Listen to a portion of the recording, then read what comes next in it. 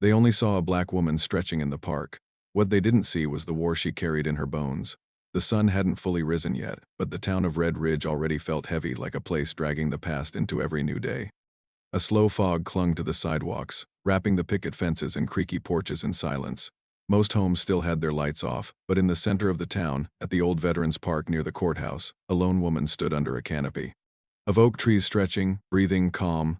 Lieutenant Commander Amara Cole was not a woman of routine. Routine was a luxury civilians relied on. In her world, a second too soon or a step too late could mean death. But this morning she needed grounding. Not for fear Amara didn't fear men. She just hadn't been home in 16 years, and Red Ridge had a way of remembering you even if you tried to forget it. She wore olive cargo pants, a plain white t-shirt, and combat boots that had felt desert sand, mountain frost, and jungle rot. Her hair was tied back tight, her expression unreadable. Every movement she made was controlled, measured, not because she wanted to intimidate anyone, but because she had spent too many years in places where hesitation got people killed. She was calm, collected, and completely alone. Or so she thought. You don't look like you're from around here, a voice called out behind her. Amara didn't flinch. Her muscles held still mid-stretch as if they'd frozen time. She had heard that tone before, mocking, dismissive, arrogant. Slowly, she rose and turned her head just enough to catch them in her periphery. 4 men stood near the gravel path, all of them dressed like a bad. Leather jackets, worn jeans, and the kind of smug confidence that came from never being truly challenged. They were young, maybe early 30s, but their eyes had that small-town decay boredom mixed with entitlement, sharpened by the echo chamber of people just like them. Or maybe you just got lost, another added, stepping forward. His boots crunched over a fallen branch.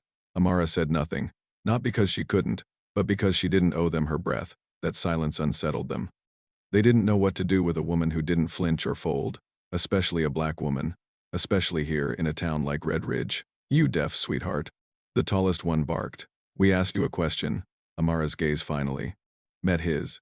It was like staring into a storm behind glass, quiet on the outside, but one crack away from unleashing something irreversible. I heard you, she said, her voice calm, almost kind. And I'm stretching, he scoffed. Stretch somewhere else. This park's not for, he paused, eyeing her up and down, outsiders. The irony wasn't lost on her.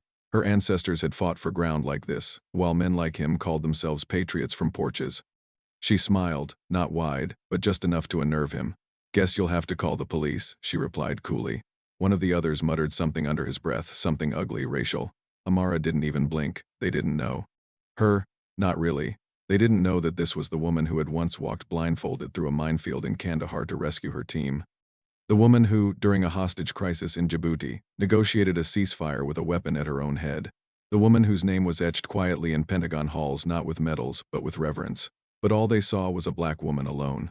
In their park, unafraid of their presence. And that was enough to trigger the worst of them. The leader of the group took another step forward. I said leave. Amara stood upright. Her shoulders squared, arms resting naturally by her sides completely. Unthreatening to the untrained eye. I've faced men with guns bigger than your ego, she said softly. And they had better posture. He blinked, confused, then angry. You think this is funny? I think it's sad, she said, tilting her head, that for grown men feel threatened by someone just trying to breathe. That was when one of them moved toward her fast, reckless, emboldened by numbers. His hand reached out like he was going to shove her, maybe grab her. That's when it happened. In a blink, she shifted her weight, pivoted on her left heel, and had his arm twisted behind his back in one smooth motion. He yelped in pain as his knees hit the dirt. She leaned in and whispered, you don't get to touch me, ever. The others stepped forward, stunned. But her eyes, those eyes froze them in place. You want to be next? She asked. Nobody moved. The man on the ground groaned. Amara released him, letting him collapse in a heap beside a tree. You should walk away, she said, turning her back to them. Not because she was foolish, but because she knew none of them would dare test her again. Not yet. They didn't follow her. They didn't speak, not even a slur. They simply watched as she walked toward the other side of the park, her boots echoing across the gravel like thunder trailing lightning. She didn't look back. But if she had, she might have smiled, because something had shifted in that moment. In a town like Red Ridge, silence was usually compliance. But today it was respect, grudging maybe, but real. And Amara Cole had only just begun. They didn't come for a fight. They came for a spectacle, but what they got was a reckoning. It was nearing 4 o'clock when Amara Cole stepped out of her motel room and started walking toward Maple Street, the only strip in Red Ridge. With more than 2 businesses standing side by side, her gait was even, Her hands relaxed by her sides, her eyes focused on the corner store ahead. She needed bottled water, protein bars, and if she was lucky a moment of normalcy, but normal was a myth in Red Ridge. Not when you looked like her, not when you walked like her, not when you refused to shrink. The sun glared low in the sky, casting long shadows across the faded brick buildings and cracked sidewalks. Amara's boots thudded softly with each step, drawing curious glances from people sitting on porch swings or behind foggy windows. They didn't smile, they didn't wave, they just watched as if waiting for something to happen. It was a setup, though no one would admit it. The moment she rounded the corner by Dunley's barber shop, she felt it pressure.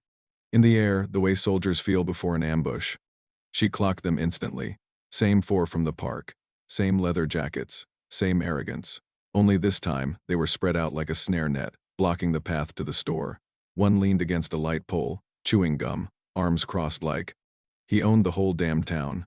Another squatted by the curb, flicking a cigarette but into the road. The third leaned into the wall outside the store's entrance, spinning a pocket knife lazily between his fingers. And the fourth, the same one she'd twisted to the ground that morning, stood dead center, nursing his bruised ego with a scowl on his face. Well, well, he sneered, straightening. If it ain't the park princess. Amara didn't stop walking. She's got guts, I'll give her that, the knife spinner added, his voice full of mock admiration. Didn't even bring backup. She halted 3 feet from the sidewalk's edge, squaring her shoulders. I don't need backup, she said evenly. That made them laugh. She thinks she's tough, said the one by the pole, stepping forward. Now, slow and deliberate. You embarrassed us in front of the whole damn park. Made me look weak. No, Amara said, folding her arms. You did that all by yourself. The smirk vanished from his face like a switch had been flipped. His jaw tightened. You don't talk to me like that. She tilted her head, cool and unbothered. Why? Because I'm black? Or because I'm a woman? He took another step. Because I run this town. Amara glanced around. 4 of them. Tight space. No weapons visible yet, but their eyes were lit with a sick excitement. They weren't here for redemption. They were here to humiliate her, to prove some unspoken point. To restore the illusion that they still had control over a town that had always bent to their presence. One of them lunged without warning, shoving her shoulder hard. She stumbled back a single step but remained upright. Calm, you sure you want to do this? She said, her voice lower now, not threatening, just final. They all laughed again. The town across the street remained silent. A few faces peeked through windows. A man pumping gas at the station across the road froze mid-swipe. No one intervened. Come on, boys, said the one from the park, rolling his shoulders like a boxer in a ring. Let's teach this one some manners. The moment he reached out to grab her wrist, everything inside Amara clicked into place. Her brain didn't think, it calculated. The angle of his elbow, the torque in his hips, the way his fingers tightened just a second too soon. She let him touch her, and then she broke him. Her right arm pivoted up with precise force, striking his wrist just enough to pop the grip. In the same motion, her foot slid forward, sweeping his leg out from under him while her elbow struck his temple with controlled pressure. He crumpled before he realized he'd lost. The others blinked, stunned too slow to process what had just happened. Amara didn't move. She stood perfectly still, her eyes scanning the rest like a silent warning. You should walk away, she said again. The man with the pocket knife stepped forward now, fury contorting his features. You bitch, but he didn't finish that sentence. Because before he could raise his hand, she was in front of him, too fast to track. She grabbed his wrist mid-swing and twisted until the knife dropped to the ground with a dull clang.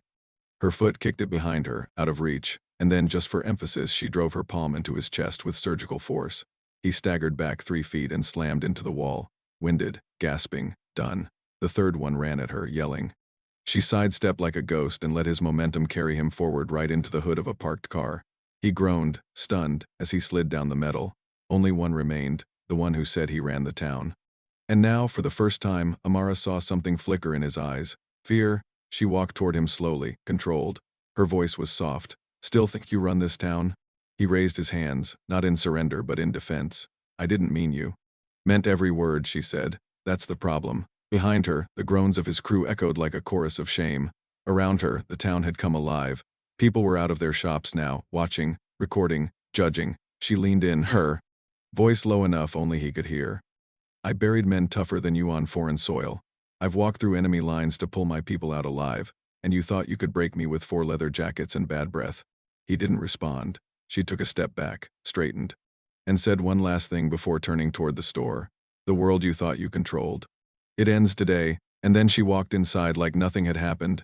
Outside, the broken pieces of their egos lay scattered on the pavement, and Red Ridge, for the first time in a long time, stayed silent. They wanted to drag her into the dark. What they didn't know was that she had spent her entire life mastering it. The sun had barely dipped below the treetops when it happened. Amara stepped out of the corner store with a bottle of water in one hand and a pack of almonds in the other. The air was heavier than before, charged electric. She felt it in her gut first, the way seasoned soldiers feel in ambush moments before it breaks. Her eyes scanned the street, and for a second, it looked normal, too normal. The three men she had dropped earlier were gone, vanished like they'd never been there at all. The fourth, the one who called himself king of this town, was nowhere in sight. Then she heard it, a boots cuffing concrete behind her. Before she could turn, two figures grabbed her arms tight, coordinated, practiced. A third appeared from the alley across the street, a shadow against the amber glow of a flickering street lamp. One of them grunted, "You should have left when you had the chance." Another voice, low, angry, familiar, added, "Now we're going to show you what happens when someone like you disrespects someone like us." They didn't want a confrontation this time. They wanted a punishment. They wanted to erase the humiliation, the fear she had put in their eyes just hours ago. So they dragged her down the alley, away from the store, into the quiet where there were no cameras, no witnesses. They thought they were pulling her into the shadows, but they didn't know the shadows belonged to her. Amara didn't scream. She didn't fight, not yet. She let them pull her deeper between the buildings, counting their steps, watching their feet. Her heartbeat stayed steady, her breath controlled. They were sloppy, overconfident. They assumed she was alone. They assumed she'd panic. What they didn't assume was that they were dragging a combat-trained Navy SEAL who had once neutralized an armed convoy using only rope and a rusted shovel. When they stopped, the alley went silent. A broken streetlight buzzed above them, blinking like a dying eye. The tallest one shoved her hard against the wall. "Not so tough now, are you?" he growled. Another laughed. "Where's all that confidence, huh?" She looked at them, one by one. "You sure you want to do this?" The leader stepped closer. "Oh, we're past wanting." And that's when it happened, 3 seconds. One down, Amara exploded off the wall like a missile, her right elbow driving into the leader's throat with precise force enough to drop him gasping without doing permanent damage. She didn't even look at him as he collapsed. She was already moving, spinning toward the next target. Her left hand struck a pressure point behind his ear. He fell like a puppet whose strings had been cut. 7 seconds. Another choking on gravel. The third tried to swing a chain he had tucked under his jacket. Too slow. She sidestepped, seized his wrist, and twisted until his knees buckled. With a pivot and sharp knee to the sternum, he folded, gasping. The fourth, the one from the park, hesitated. That was his mistake. He tried to run, but Amara's boot caught the back of his leg mid-step. He slammed to the ground face first, groaning. Silence followed. Only the hum of the dead street lamp and the labored breathing of 4 broken men remained. Amara stood at the center of the alley, shoulders square, chest rising and falling in perfect rhythm. She didn't look triumphant. She looked disappointed. They thought they'd dragged a victim into an ambush, but they had led predators into her hunting ground. One of them tried to crawl away. She stepped over him without even glancing down. Then headlights spilled across the alley. A cruiser pulled up. Sheriff Reed stepped out slowly, hand resting on his belt, face unreadable. He looked at the carnage, 4 grown men on the ground moaning, coughing, holding bruises they had unturned but had absolutely deserved. What the hell happened here? He muttered, stepping closer. Amara didn't move, didn't flinch. "They attacked me," she said calmly. Again, Sheriff Reed looked at her, then at the men. One of them whimpered, "She's insane. She's not normal." The sheriff crouched near the fallen leader. "Is that true, Marv? She attacked you." "She's a monster," the man coughed. Reed stood slowly, eyes meeting Amara's. "You want to explain how 4 armed men ended up crying in an alley?" She looked at him, her voice low and steady. "Because they picked the wrong woman." There was a long silence between them. Then the radio on his shoulder crackled. "Dispatch. Sheriff, we got calls about a commotion behind Wallace's grocery. You need backup?" He stared at Amara for another second, then clicked the radio. "Negative. Just some trash that took itself out." Amara didn't smile. She just stepped out from the alley, brushing dust off her sleeves. "Lieutenant Cole." He called after her. She paused, turned halfway. "I served," he said. "I know that stance, that control. You're not just some tourist, are you?" She didn't answer. He nodded slowly. "Thought so." As she walked away under the glow of the street lamps, the town shifted behind her. Murmurs began. Phones lit up. Stories would spread by morning. The woman they thought was just passing through. She wasn't just someone. She was something else. Entirely. And Red Ridge had finally seen what a storm looked like. When it learned how to stand upright and fight back. They thought she was a problem to be dealt with. Then they learned she was a soldier trained, honored, and protected by powers they'd never understand. The steel door of the Red Ridge Sheriff's Station clanged shut behind her with a dull echo that lingered longer than it should have. The holding cell smelled of dust and cheap bleach, its narrow bench cold against her back. Amara Cole sat with her hands resting calmly on her thighs, her posture perfect, eyes fixed on the concrete floor like she was meditating. No fear, no questions. Just the same measured breath she'd mastered in war zones, in deep-sea insertions, in Afghan caves echoing with gunfire. The jail cell was no different, just another confined space waiting to be cleared. Sheriff Reed sat at his desk on the other side of the precinct, massaging his temples. He hadn't cuffed her, couldn't bring himself to, but booking her had felt like the only move left to preserve what little control he had over a situation spiraling fast. For local men hospitalized, multiple bruises, a possible concussion, fractured ribs, and all of them crying victim like cowards. But everyone in town had seen the video by now, at least the part captured from Wallace's grocery security camera. The footage didn't lie. It showed Amara being dragged, cornered. It showed her standing still, giving them a chance to walk away. And then, it showed exactly what happened when they didn't. Still, politics was politics. He had to process her, had to look like he was doing something. People were watching. The mayor had already called. So had the town council chair. And now his phone wouldn't stop buzzing with unknown numbers. Then the desk phone rang, landline, not cell. He picked it up. Red Ridge Sheriff's Office. A pause, then a voice, calm, official, laced with authority that instantly chilled the air. This is Colonel Mason from the Department of Naval Special Warfare. Badge ID Alpha Echo 96. You're holding one of our operatives, Lieutenant Commander Amara Cole. Reed stood up straighter. Yes, sir. I trust you haven't filed charges. No, sir, not yet. We were still reviewing the incident. Good. Because if you had, you'd be hearing from the Pentagon's legal division instead of me. The line went silent for a moment. Then the colonel's voice returned lower, sharper. Release Lieutenant Commander Cole immediately. And unless you want the full weight of the Department of Defense investigating your jurisdiction, you will delete any internal reports bearing her name. This woman is not to be treated like a criminal. She is an asset, understood? Reed swallowed. Yes, sir, completely understood. The call ended. For a long moment he stood in place, hands still clutching the phone, staring at nothing. His palms were suddenly sweating. He looked at the closed door leading to the holding cell and realized with sudden clarity he had no idea who the hell he'd just locked up. He walked back, unlocked the door, and opened it slowly. Amara looked up, still calm, as if she already knew. You're free to go, he said, avoiding her eyes. You won't be charged. She didn't move at first. What changed? He hesitated. Let's just say, someone higher up made it clear you're not to be bothered. She stood. I'm not looking for protection. Reed sighed. You don't need it. Not with what you did to those boys. But this isn't about that anymore. This is bigger.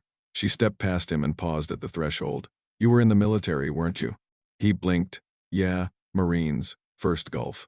You know what it's like then, to be the quiet one in the room, but the deadliest if needed. He nodded slowly. I do. Then she left. By the time she reached the street, Red Ridge had already shifted. The sheriff's phone call was just the spark. The explosion was playing out on every phone in town. A teenager had leaked the security footage online. Within hours, it had gone viral, shared by local activists, picked up by regional news, even posted by a major veteran advocacy page with the caption, Black Navy SEAL woman fights off for racists in self-defense. This is who we fight for. And suddenly, the silence around her presence shattered. Reporters showed up outside her motel. Activists began tagging her name online, Lieutenant Cole. Hashtag Red Ridge Truth. Hashtag SEAL Justice. People she'd never met were calling her a hero. Others, predictably, weren't. A local pastor invited her to speak. The mayor, under pressure, issued a vague statement condemning violence in all forms. And those four men, they were suddenly very quiet. Their lawyers claimed misunderstandings, but it was too late.